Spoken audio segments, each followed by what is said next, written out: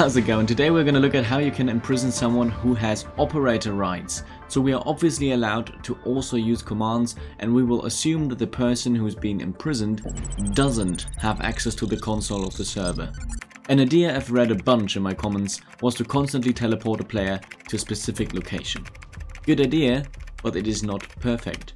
Even though the trapped person can't reach the command block by hand, he still could fill the space the command block is in with air.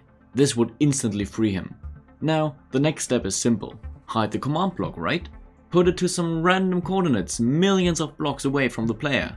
This is near perfect, but there is one single flaw. Name changing. If you didn't know, it is actually possible to change your name in Minecraft once a month, which would free you from this trap, since the command block only looks at the username of a player. Well, how can we resolve this problem then?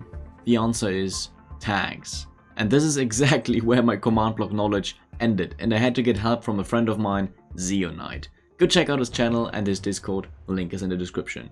Now back to the tags. You see, tags are not bound to a certain username of a player, they are bound to the account itself. So if you were to be given a tag, then you would still have the same tag after changing your username. Now, all we need to do is teleport every player who has this tag to the place we want the prison to be at. In our world download, it is the 00 coordinate. But now a new problem arose, because the player with OP can obviously remove the tag from himself using commands. So we gotta give him the tag every game tick, or 20 times a second. Well, what if he himself places a command block removing the tags 20 times a second? That should counter it, right? Nope. Although it is removed, it is also applied. And when it is applied, you get teleported instantly, so you can't escape this way. So now the only escape for the prisoner would be to destroy the command blocks that give him the tag constantly. And now I have something very special for you. Let me introduce you to structure blocks. Structure blocks were added into the game in the 1.9 version of Minecraft, but not many people know them. What they basically can do is /copy and /paste. Automatically and really fast.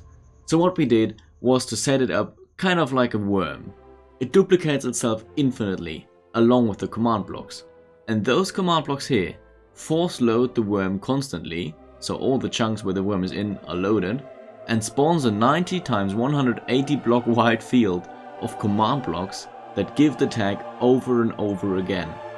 Additionally, if someone gets near the worm, he also gets imprisoned. So now the worm started expanding at an incredible rate, and you are trapped at 00 with no clue where it even is. Now you could go guess where it is, and systematically start deleting the maximum amount of blocks you can delete with the /fill command, which are 32,786 blocks at once. This sounds a lot, but if you are in the 1.17 update, then a chunk has 89,304 blocks in it.